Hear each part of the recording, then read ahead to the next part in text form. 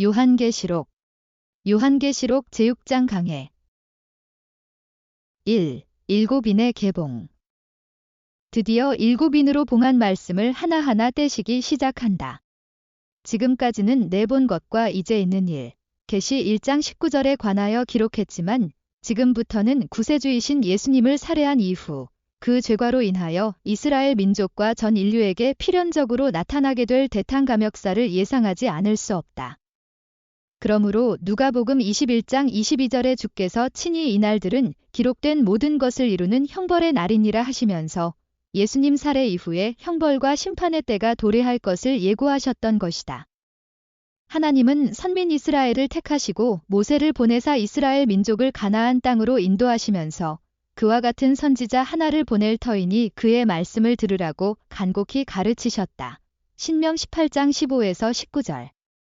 사도행전 3장 22에서 23절에는 주 하나님이 너희를 위하여 너희 형제 가운데서 나 같은 선지자 하나를 세울 것이니 너희가 무엇이든 그 모든 말씀을 들을 것이라 누구든지 그 선지자 말을 듣지 아니한 자는 백성 중에서 멸망받으리라라고 한 모세의 가르침을 상기시켰다. 이렇듯 하나님이 언약, 명령을 믿으면 복이 되고 신명 11장 26절, 불신하면 저주와 형벌이 임할 것을 레위 26장 3에서 16절 소상히 말씀하셨듯이 선민의 책임을 다하지 못한 예수님에 대한 불신 이스라엘 민족과 인류 앞에 넘어야 할 형벌의 날들은 필연적으로 오지 않을 수 없다. 본장에서는 하나하나 인봉을 떼어나가시는 동안 인류에게 벌어질 그 조짐들을 구체적으로 말씀하신다. 또 하나 주목할 것은 요한계시록 전체의 흐름이 일곱인으로 인봉한 말씀을 하나하나 떼시다가 마지막 일곱 번째 인을 떼실 때에 일곱 천사가 일곱 나팔을 불고 나오고 계시 8장 1절 또 일곱째 마지막 나팔이 불려질 때에 하나님의 진노의 일곱 대접을 가진 천사가 나와 온 땅에 쏟는다. 계시 16장 1절은 사실이다. 이때의 땅 위에는 짐승으로 인해 대혼란이 벌어지고 마지막에는 그 짐승과 어린 양과의 대적전이 벌어진다. 이 짐승은 입을 벌려 하나님을 향하여 회방하고 나오는데 이 짐승은 성도들과 싸워서 이기고 나온 짐승이다. 계시 13장 4에서 7절. 그러나 어린 양은 만주의 주요 만왕의 왕이시므로 짐승과 싸워서 이기시고 계시 17장 14절 창조 이상 세계인 신천신지가 이 땅 위에 이루어지게 되는 것으로 기록되어 있다. 2. 내 말과 그 탄 자들 1에서 8절. 여기에서 흰 말과 그 탄 자, 붉은 말과 그 탄 자, 검은 말과 그 탄 자, 청황색 말과 그 탄 자는 무엇을 의미하는가? 글자 그래도 끝날에 그런 불가사의한 말, 짐승이 나온다는 말인가? 이에 대한 해답은 구약시대의 끝날이던 예수님 때에 나타난 끝날의 가르침을 통해 분명히 알 수 있다. 구약시대에도 주님이 오시기 전에 특별선지 엘리야와 4대 선지자와 12소 선지자를 통하여 예언도 하시고 끝날에 될 일을 가르쳐 주셨는데 특히 스가랴 선지자를 통해 이미 내 말의 비밀을 가르쳐 주셨다. 즉 스가랴 6장 1에서 5절에 내 말은 하늘의 내 바람이라 했고 스가랴 1장 8에서 10절에는 이 내 말들이 여호와께서 땅에 두루 다니라고 보내신 자들이라고 했다. 즉 여기서 말은 짐승이 아닌 특별한 사람을 의미한다. 그렇다면 어떤 사람인가? 보통 사람이 아닌 선지자, 렘 5장 13절을 바람이라고 비유하였다. 그러므로 이것들은 단순한 동물 중에 짐승이 아닌 말은 선지자를 뜻하고 선지자는 바람으로 비유했으므로 내 바람은 내 사상을 비유한 것임을 알 수 있다. 내 말은 내 하늘 바람이요. 하늘의 내 바람은 내 선지자로 끝날에 일어날 내 사랑운동을 말씀하고 있다. 여기서 각기 색깔이 다른 말은 사상이 다른 선지자가 나온다는 말씀인데 선지자는 하나님의 선지자와 사탄이 보내준 선지자가 있다. 그 예로 하나님 앞에 선 선지자 모세가 던진 지팡이가 뱀이 된 것처럼 사탄이 앞에 선 술객이 던진 지팡이도 뱀이 되었다. 그래서 그 선지자 배후의 사상과 이념에 따라 색깔로 구분하여 말씀하고 있는 것이다. 출 7장 10에서 12절. 1. 첫째인, 흰 말과 그 탄 자, 1시절. 2절에 첫째 인을 떼실 때에 흰 말이 있는데 그 탄 자가 활을 가졌고 면류관을 받고 나가서 이기고 또 이기려고 하더라고 하였다. 위에서 설명했듯이 사필의 말은 인간의 정신세계를 휩쓸게 될 네 가지 바람, 즉 네 가지의 사상적 조류를 말한다. 따라서 저마다 다른 색깔을 가지고 나오는 말들의 색깔이 뭔가를 암시한다는 것을 알 수 있다. 먼저 흰말과 그탄자에서 흰색의 의미를 알아보면 이사야 1장 18절에 여호와께서 말씀하시되오라 우리가 서로 변론하자 너희 죄가 주홍 같을지라도 눈과 같이 희어질 것이요 진홍같이 붉을지라도 양털같이 되리라고 하셨다. 흰색은 깨끗하고 흠이 없는 순진무구의 상태로 더 나아가 속죄와 순결, 그리고 결백을 상징하고 있다. 흰말을 탄 자의 모습은 19장 11에서 16절에서 보다 확연하게 부각되어 있다.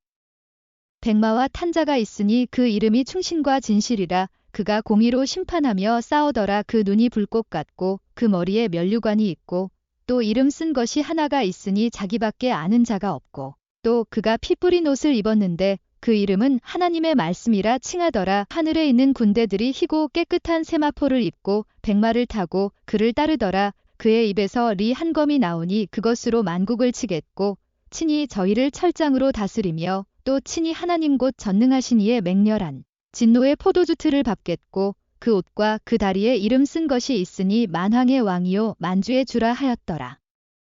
여기에서 백마와 그 탄자는 만왕의 왕이요 만주의 주라고 분명히 말씀하시고 또 그가 하는 일은 공의로 심판하는 일이다.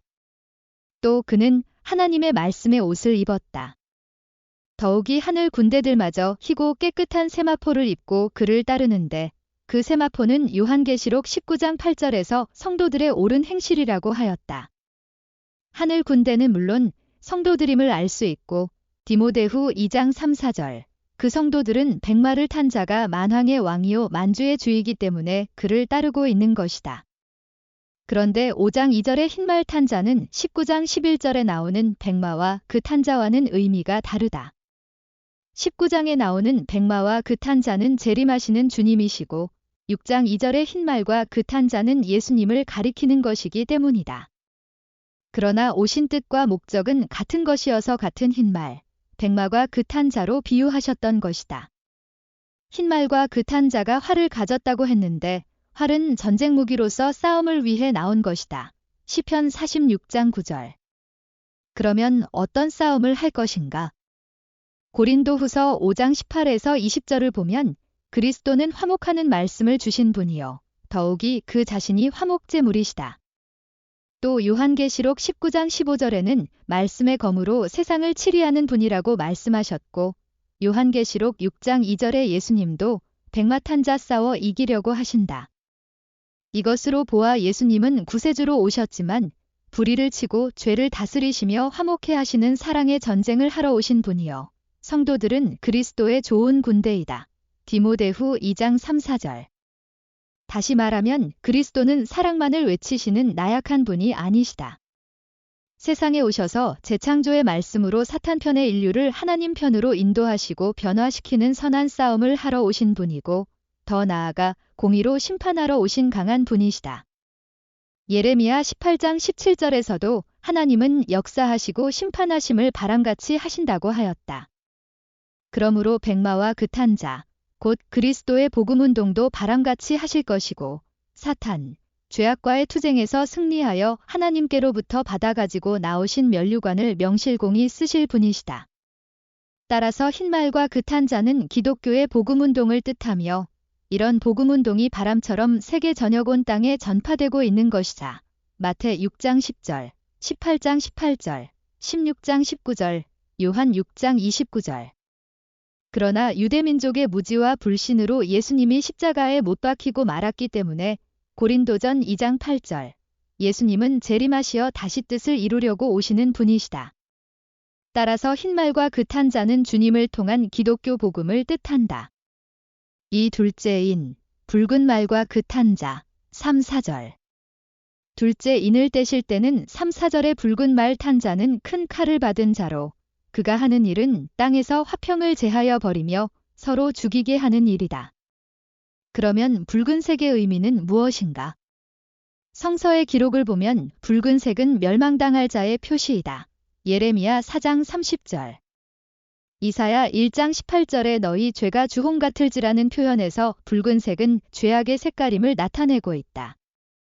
창세기 25장 25절에는 장차 에서를 붉은색으로 표시하고 있고 말라기 1장 2절 내가 야곱을 사랑하였고 에서는 미워하였으며 하늘의 별을 끌어다 땅에 던지는 용도 붉은색이다. 계시 12장 4절. 따라서 붉은색은 죄악과 거짓을 상징하며 하늘에 대적하는 자여 멸망당할 자가 갖고 나오는 색깔이다. 새빨간 거짓말이라는 표현도 같은 표현이라 할 수 있다. 그런데 이 붉은 말 탄 자가 칼을 받았다고 하였다.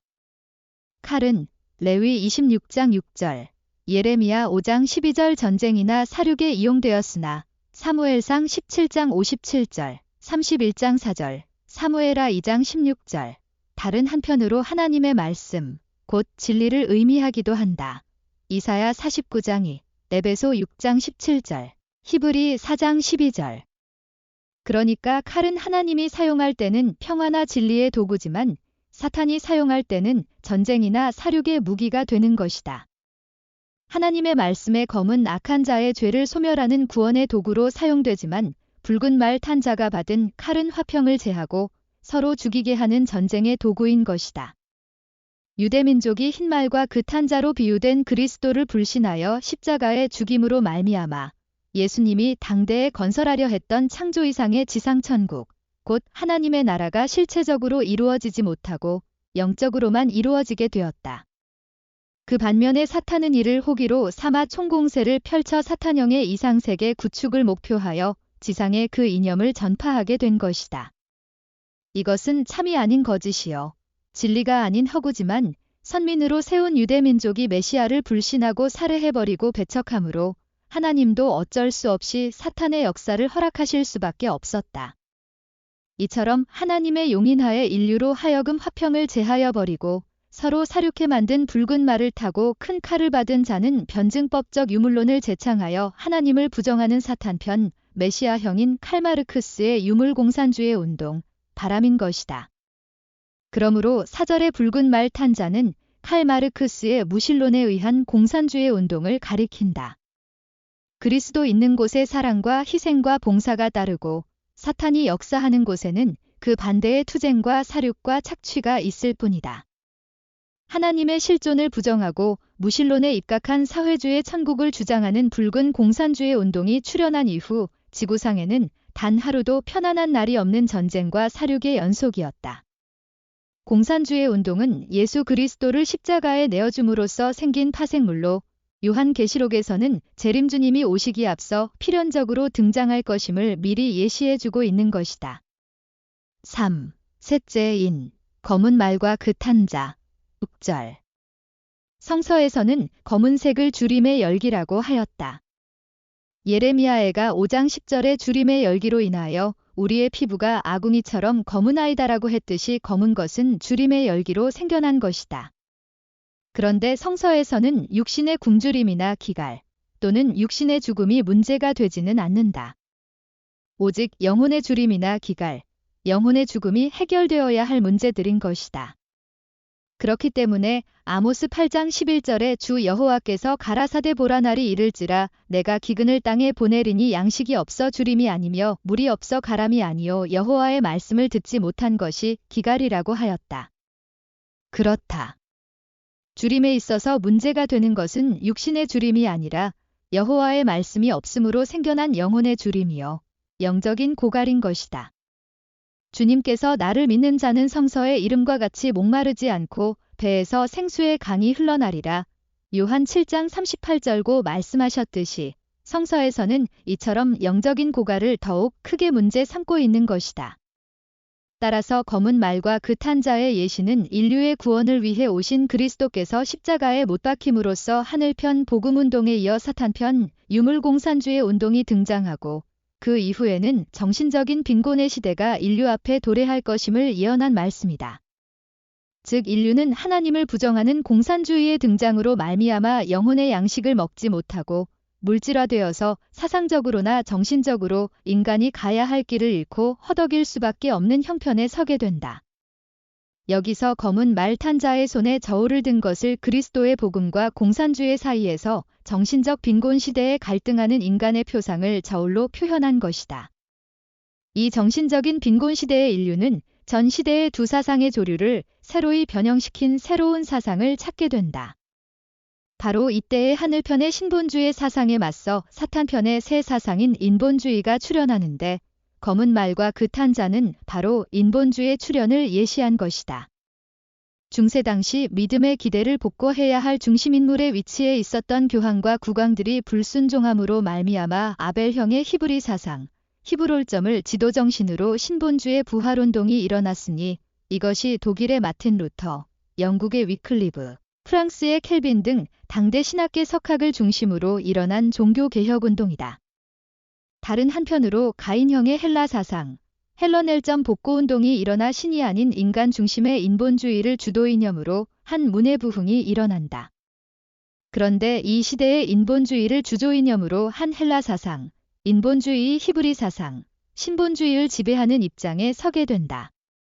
따라서 검은 말과 그 탄자는 바로 인본주의 사상을 뜻하는 것이다. 그런데 6절 끝구절에 감나미와 포도주는 해치 말라 하더라고 했는데 그 의미는 무엇인가? 본시 감람나무와 포도나무는 뿌리가 깊기 때문에 곡식들은 가뭄을 타도 이것은 쉽게 가뭄을 타지 않는다. 그런 까닭의 영생의 셈이요. 생명나무의 실체로 오신 주님은 자신을 흔히 포도나무, 요한 15장 5절 또는 감람나무, 로마 11장 17절에 비유하셨다. 따라서 감나미와 포도주는 주님의 사상을 뜻하고 있다. 같은 맥락에서 주님은 십자가를 지시기 전에 제자들과의 최후의 만찬에서 포도주 잔을 들어 축수하시고 제자들에게 이것은 죄사함을 얻게 하려고 많은 사람을 위하여 흘리는 바 나의 피 곧 언약의 피니라. 그러나 너희에게 이르노니 내가 포도나무에서 난 것을 이제부터 내 아버지의 나라에서 새 것으로 너희와 함께 마시는 날까지 마시지 아니하리라 하시니라. 마태 26장 28에서 29절라는 실로 의미 깊은 마지막 설교를 하신다. 감나미와 포도주는 해치 말라는 말씀은 주님의 사상을 해치지 못하게 하는 것은 물론 이런 사상을 이어받아 믿음으로 변화된 참성도들은 죽음에 이를지라도 주님을 배반해서는 안 된다는 의미가 내포되어 있다. 그러므로 진실한 성도들은 가뭄에도 메마르지 않는 포도나무와 감람나무처럼 하나님께 대한 불변의 신앙과 그 심정이 메마르지 않을 것이며 결코 주님을 해할 수도 없고 해를 받지도 않으실 것이다. 4넷째인 청황색 말과 그 탄자. 8절에 내가 봄에 청황색 말이 나오는데 그 말 탄 자의 이름은 사망이니 음부가 그 뒤를 따르더라고 하였다. 청황색은 글자 그대로 여러 색을 혼합하여 만든 색이다. 청황색 말은 앞에서 말한 새 사상들을 혼합하여 필요한 것만을 취하여 만든 사상을 의미한다. 먼저 청황색 말 탄 자는 땅의 4분의 1의 권세를 받았고 또 붉은색 말 탄 자가 서로 죽이게 하는 큰 칼을 받은 것처럼 검과 흉년과 땅의 짐승으로서 죽이더라라고 하여 그 역시 검을 받았다. 이것으로 보아 청황색 말과 그 탄 자는 여러 사상을 취합하고 결점을 보완해서 만든 사상의 터 위에 강력한 실천력을 갖춘 사상체제를 의미하고 있다. 현실적으로 볼 때 이것은 한 손에는 기독교의 흰 말과 그 탄자 경전인 구약에다가 다른 경전들을 혼합하여 만든 코란을, 다른 한 손에는 공산주의, 붉은 말과 그 탄자의 폭력적 투쟁 방법인 칼을 들고 강력한 조직과 실행력에 경제적으로 유리한 산유국으로서의 지리적인 여건을 최대한 활용하여 온 인류에게 그들의 사상을 전파하고 있는 이슬람의 사상인 것이다. 이와 같이 예수님 이후 세계의 사상계를 움직이고 휩쓸어온 이 네바람 사상은 흰 말과 그 탄자로 비유된 기독교를 중심한 민주주의 사상과 붉은 말과 그 탄자로 비유된 칼 마르크스의 무신론에 입각한 공산주의 사상, 그리고 검은 말과 그 탄자로 비유된 유신론도 무신론도 아닌 고갈된 진리와 궁핍의 산물인 인본주의 사상과 청황색 말과 그 탄자로 비유된 이슬람의 체제와 사상을 말하는 것이다. 6장에서는 예수님 이후 이 네 가지의 세계적인 사상운동이 전개될 것을 네 마리의 말의 비유로 예시하고 있다. 이제 우리는 7인 중에 넷째 인까지 떼어보았다. 이것은 위에서 설명한 것처럼 끝날에 나올 네 가지 사상의 대립이 필연적으로 있을 것을 2000년 전에 미리 말씀하신 것이다. 본래는 창조주 하나님의 뜻대로 인류의 조상 아담과 하와가 순종하고 살았더라면 한 분 하나님의 사상과 이념 속에 오직 선만을 추구하여 지상의 천국이 이루어졌을 것이다. 마태 18, 18절, 26장 19절.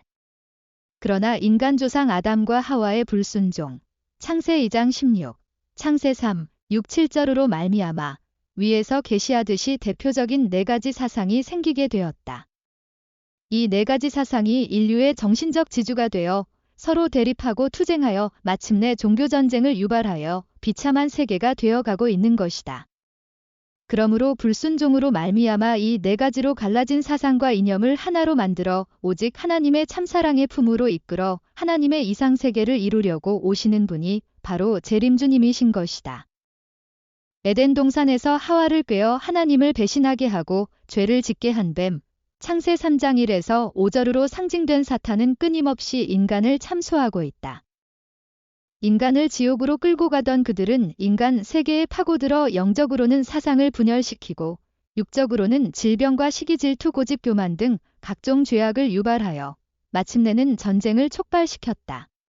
그래서 이것들로 인해 육신을 각종 질병에 시달리는 고통당하는 인간들의 모습을 보시고 주님은 그 더러운 귀신을 꾸짖어 가라사대 벙어리 되고 귀먹은 귀신아 내가 내게 명하노니 그 아이에게서 나오고 다시 들어가지 말라.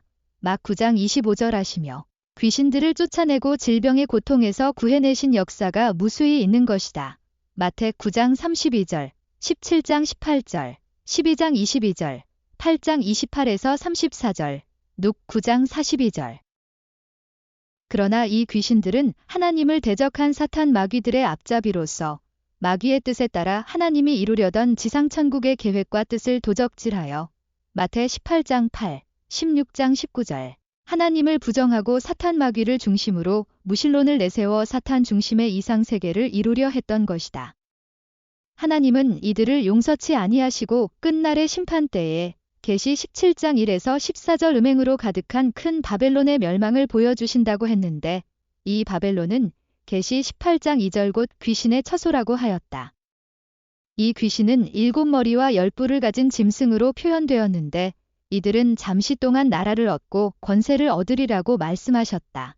계시 17장 12절. 이들은 짐승이 입을 벌려 하나님을 향하여 회방하되 그의 이름과 그의 장막곧 하늘에 거하는 자들을 회방하더라. 또 권세를 받아 성도들과 싸워 이기게 되고 각 족속과 백성과 방언과 나라를 다스리는 권세를 받았던 자들. 계시 13, 6절로서 하나님을 박해하던 자. 곧 영적으로 사탄 마귀여 실체적으로는 하나님을 부정하는 무신론, 유물공산주의 사상을 부르짖고 있는 자들이다.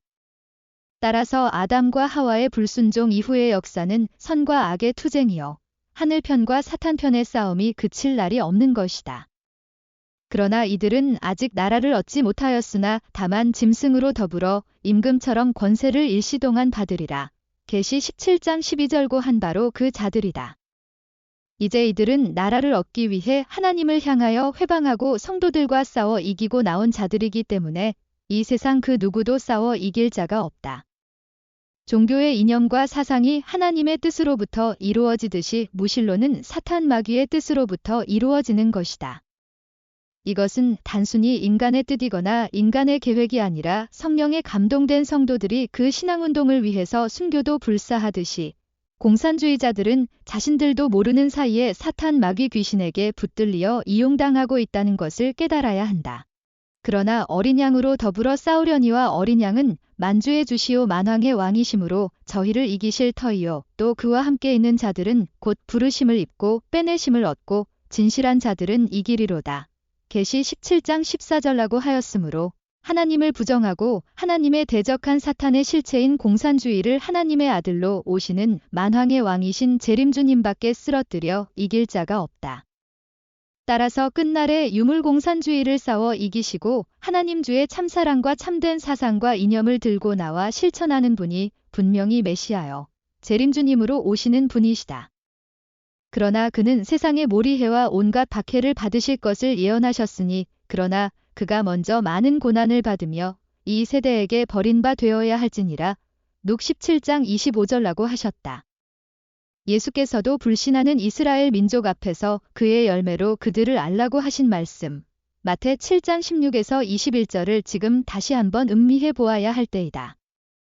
그리고 또 재림주님이 오시면 마태 25장 31절, 인자가 자기 영광으로 모든 천사와 함께 올 때에 자기 영광의 보좌 위에 앉으리니 모든 민족을 그 앞에서 모으리라고 하신 말씀으로 보아 분명히 각 나라의 장벽을 허물고 넘어 종교통일과 사상통일, 더 나아가서 하나님의 창조 이상인 지상천국과 천상천국 건설을 위한 하나님의 참사랑으로 세계 통일운동을 하여 나오실 것이 분명하다. 마태 18장 18절, 16장 19절.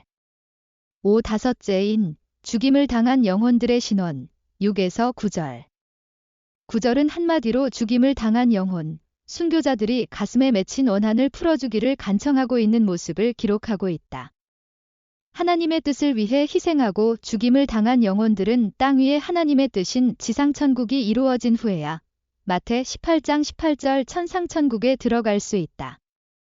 다시 말해서 천상에 있는 영혼들은 재림주님이 오셔야 지상의 성도와 상대 기준을 조성하여 재림부활할 수 있고 재림주님을 중심 삼고 하나님의 창조 이상인 3대 축복의 세계가 이루어진 후에야 비로소 천상천국이 열리게 된다. 그러면 그들도 지상인과 동일한 혜택 고린도전 15장 22에서 23절을 받아 천국에 들어갈 수 있는 것이다. 따라서 순교자들의 소원은 재림의 한날이 이루어지는 것이요. 하나님의 뜻이 지상에 이루어지는 것이다.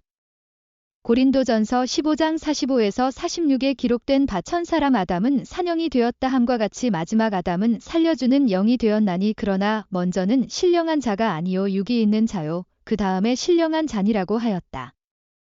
그렇기 때문에 주님의 재림이 가까워지고 있으므로 죽임을 당한 영혼들은 하늘에 대해 신원을 호소하지 않을 수 없는 것이다. 11절에 보면 하나님께서는 신원을 호소하는 영혼들에게 각각 저희에게 흰 두루마기를 주시며 가라사대 아직 잠시 동안 쉬되 저희 동무종들과 형제들도 자기처럼 죽임을 받아 그 수가 차기까지 하라고 하신다. 먼저 흰 옷은 더럽혀지지 않는 자, 성결된 자요 합당한 자들이 입었던 옷이다. 따라서 흰 두루마기는 능히 구원받을 수 있는 예표인 것이다. 더욱이 전도서 9장 8절에서 내 의복을 항상 희게 하며 내 머리에 향기름을 그치지 않게 하라고 말씀하셨고 또 마태복음 22장 12절에 흰 두루마리는 능히 구원 혼인잔치에 예복을 입지 않는 자를 책망하시는 기록이 보인다. 이는 물론 예복단장을 뜻할 수도 있지만 혼인잔치에서 입는 옷이 세마포요. 세마포는 성도들의 옳은 행실을 나타낸다. 이렇듯 택함받아 구원에 이르게 된 자들에게 그 구원받을 예표로서 흰옷, 육신의 예복이 흰 옷이라면 영의 예복은 옳은 행실이 된다. 계시 19, 8절을 주시는 것이다. 이처럼 신원을 호소하는 영혼들에게 구원의 예표로서 흰 두루마기를 주시면서도 신원에 대해서는 그 수가 차기까지 쉬라 하신다. 하나님의 뜻 성사는 하나님의 책임 분담과 인간의 책임 분담이 합쳐졌을 때 비로소 이루어지는 것이다. 구원 섭리는 각 시대마다 택함을 받은 중심인물들이 인간 책임 분담을 다하지 못함으로써 연장되어 왔다. 그러므로 탕감복귀 원칙에 의하여 전 시대의 중심인물이 인간 책임을 다하지 못하고 실수하게 되면 그 대신으로 택함받은 중심인물은 전대의 중심인물이 못다한 책임 분담까지도 탕감복귀하지 않으면 안 된다. 역사의 동시성시대가 오는 것은 바로 이 때문이다. 이렇듯 하나님은 아무 때나 죽임을 당한 영혼들의 신원을 들어줄 수 없는 것이므로 저희 동무종들과 형제들도 자기처럼 죽임을 받아 그 수가 차기까지 쉬며 기다리라고 하신 것이다. 6.6째인 천변지 12에서 17절 12에서 17절은 주님이 재림하실 때의 징조를 보여주고 있다. 12절에 여섯째 인을 떼실 때에 큰 지진이 나며 해가 총담같이 검어지고 온 달이 피같이 되며 하늘의 별들이 무화과나무가 대풍에 흔들려 선과실이 떨어지는 것 같이 땅에 떨어지며라고 했는데 이 같은 징조를 보여주는 기록은 마태복음 24장 29절 30절에도 있다. 그날 환난 후에 즉히 해가 어두워지며 달이 빛을 내지 아니하며 별들이 하늘에서 떨어지며 하늘의 권능들이 흔들리리라고 하는 대목이 그것이다. 주님이 재림하실 때의 징조를 예시하고 있는 이 두 성구를 대비해보면 주목되는 사실은 해와 달과 별이 하늘의 권능과 무슨 관계가 있느냐는 점이다. 그날 환난 후에 해가 검어지고 달이 빛을 잃으며 별들이 땅에 떨어지는데 그로 인하여 하늘의 권능이 흔들린다고 했기 때문이다. 8장 12절에 해와 달이 어두워지고 별들이 떨어지는데 침을 받아 그렇게 된다고 했다. 침은 찔림을 뜻한다. 이사야 53장 5절에서 그가 찔림은 우리의 허물을 인함이요 그가 상함은 우리의 죄악을 인함이라 하였다. 그러므로 침은 찔림이요. 찔림은 곧 박해받음을 뜻한다. 그렇다면 왜? 어떻게 해와 달과 별들이 박해나 환난을 받는단 말인가? 마태복음 13장 34절에 예수께서 이 모든 것을 무리에게 비유로 말씀하시고 비유가 아니면 아무것도 말씀하시지 아니하였으니라고 한 것처럼 이 말씀도 비유로 하신 말씀으로 볼 수밖에 없다. 더욱이 지구보다 수십만 배나 더 큰 수많은 별들이 어떻게 지구 위에 떨어질 수 있단 말인가? 8장 10절에도 큰 별이 하늘에서 떨어져 강들의 3분의 1과 여러 물샘에 떨어지니라고 했는데 이것으로 보아도 하늘 공중에 수많은 별들이 떨어지는 것이 아님은 분명하다. 별들이 물샘에 떨어진다는 말은 불가능할 뿐만 아니라 당치도 않기 때문이다. 그러므로 이와는 다른 각도에서 성서를 살펴볼 필요가 있다. 사사기 5장 20절에 별들의 전쟁이 나온다. 별들이 하늘에서부터 싸우되 그 다니는 길에서 시스라와 싸웠도다라는 표현이 그것이다. 별들이 싸운 상대자인 시스라는 하솔에 도읍한 가나안 왕 야빈의 군대 장관이다. 사사 4장 2절. 따라서 하늘에서부터 시스라와 싸웠다는 별은 하늘에 떠있는 별이 아닌 사사 4장 4에서 6절 남선지자 바락과 여선지자 드보라를 지칭한 것이다. 즉 남선지자 바락과 여선지자 드보라가 야빈 왕의 군대 장관 시스라와 싸운 것이다. 1장 20절에도 별은 곧 교회의 사자라고 하여 별을 선지자로 비유했다. 또 민수기 24장 17절에도 야곱에게서 별 하나가 나왔다고 했는데 그 별은 마태복음 2장 2절에서 보듯이 예수님을 뜻한다. 또 시편 84편 11절에서 여호와 하나님은 헤어 방패이시다라고 했고 창세기 37장 9절에서 여호와 하나님은 헤어 방패이시다라고 했고 창세기 37장 9절에도 해는 아버지, 달은 어머니, 별은 형제를 뜻한다는 것을 상징적으로 보여주고 있다. 이것들을 종합해보면 해와 달이 빛을 잃는다는 것은 세상의 어둠에 가해짐으로 해와 달이 구름에 가려지듯이 일시적으로 어두워진다는 뜻이다. 또 13절의 하늘의 별들이 무화과나무가 대풍에 흔들려 선과실이 떨어지는 것 같이 땅에 떨어지며라는 기록은 붉은 말과 그 탄자로 비유한 공산주의자들이 나와 계시 8, 9장 참조, 하나님을 회방하고 하늘의 성도들과 싸워 이기게 된다는 계시 13장 4에서 7절 의미인 것이다. 또 이때 인류의 참조상으로 오신 예수님과 성신에 대한 핍박과 성도들에게 가해지는 박해로 인하여 기독교에 큰 순환이 있을 것을 비유하신 것으로 그 때문에 마태복음 24장 29절에서는 하늘의 권능들이 흔들리리라 말씀하시기도 하였다. 그런 환난이 있은 연후에 메시아는 재림하게 되고 그 재림주님에 의해서 비로소 요한계시록 17장 12에서 14절의 짐승들을 굴복시키게 된다. 따라서 붉은 짐승으로 비유한 하나님을 박해하는 유물공산주의는 비로소 망하게 되는 것이다. 과연 1848년 공산당 선언 이후 1917년 볼셰비키 혁명으로 러시아가 공산화된 이후로부터의 기독교에 대한 박해는 가히 무화과나무의 선과일이 대풍에 흔들려 떨어지듯 무참히 가해지는 대박해였고 하늘의 권능들이 여지없이 흔들리는 천변지이었다. 러시아 정교회가 국교였던 러시아에서는 2만 2천 개의 교회, 70개의 수도원, 8개의 신학교, 2만 5천 명의 성직자가 희생되었고 71년 동안 1억 5천만 명의 성도들이 희생되었다는 것을 역사는 보여주고 있는 것이다. 공중에서는 1945년 수천 명의 성직자와 수천만 명의 대학살운동이 벌어져서 그야말로 해가 총담같이 검어지고 달이 빛을 내지 아니하고 별들이 떨어지며 하늘의 권능들이 흔들리는 대천변지이가 나타났었다. 이런 재난은 구주 되신 예수님을 유대민족이 불신하고 배신하여 살해한 것에 대한 죄값, 누가 21장 22절로 기록된 형벌의 날들이 되는 것이다. 마태복음 24장 30절에 그때의 인자의 징조가 하늘에서 보이겠고라고 했으므로 이때로부터 재림의 징조가 나타나니 1905년부터 1945년까지의 40년 기간은 또한 40수 사탄 분립 기간이 되기도 한다. 지금은 말세이다. 말세에 분명히 주님은 재림하신다. 성서에 주님이 재림하면 무슨 일을 하신다고 말씀하셨는가? 앞에서 설명했듯이 재림 주님은 육신을 쓰고 초림 예수님 때와 똑같이 임하실 것이다. 마태복음 16장 20절에 보면 예수님도 메시아이심을 감추시고 드러내지 않으셨다. 다만 마태복음 7장 16에서 21절에서 열매를 보아 그 나무를 안다는 의미 있는 말씀같이 다시 오셔서 무엇을 하신다고 하셨는가를 다시 한번 살펴보자. 먼저 마태복음 24장 31절에 그 택하신 자들을 하늘이 이 끝에서 저 끝까지 사방에서 모으리라. 마태복음 25장 32절에 모든 민족을 그 앞에 모으고 분별한다고 했으니 국경을 초월하고 종교를 초월하고 인종을 초월해서 하나님의 뜻을 이루실 것이다.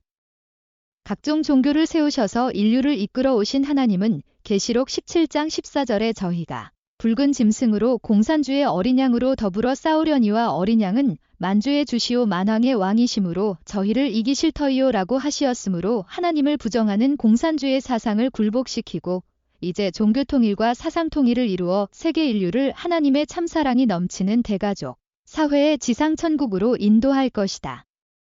그러므로 이 짐승은 계시록 13장 6절에서 밝혔듯이 하나님을 향하여 회방하고 성도와 싸워 이기고 나온 바로 공산주의자들이다.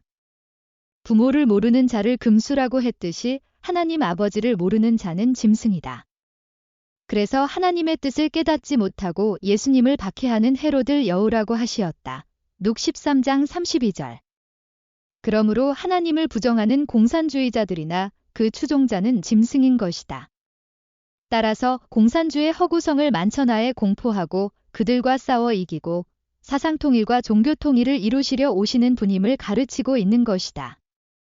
그러므로 하나님주의와 사상으로 지상에 6천년 만에 하나님을 모시고 천국을 건설하시려고 오시는 것이다. 마태 4장 17절. 그렇다면 이 시점에서 진지하게 다시 한번 생각해야 하는 것은 민주화 공산주의의 첨예한 극한 대립은 이미 공산주의 종주국 소련이 무너짐으로 끝이 나가고 있지 않은가에 있다. 따라서 하나님의 창조 이상을 이루시기 위해 마 24장 30절, 누가복음 17장 25절, 살전 5장 1에서 3에서 말씀하신 것 같이 도적같이 오셔서 이 시대에 우리 곁에서 인류의 고통과 명예를 지시고 세상의 몰이해와 박해 속에서도 평화적으로 공산주의를 무너뜨리고 잠재운 하나님이 보내신 인물이 있지 않은가 눈여겨보아야 하지 않겠는가?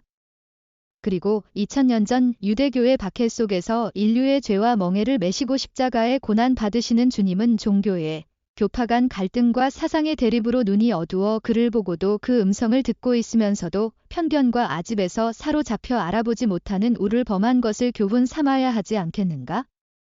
본심에 근거한 양심의 소리에 귀를 기울이고 편견을 버리고 색안경을 벗고 우리 스스로가 찾아야 하는 것을 오늘의 성도들의 몫이라고 역사는 오늘도 이 시대를 살아가는 우리에게 교훈하고 있다. 요한계시록 해명, 김일환 목사. 구독, 좋아요는 많은 힘이 됩니다. 시청해주셔서 감사합니다.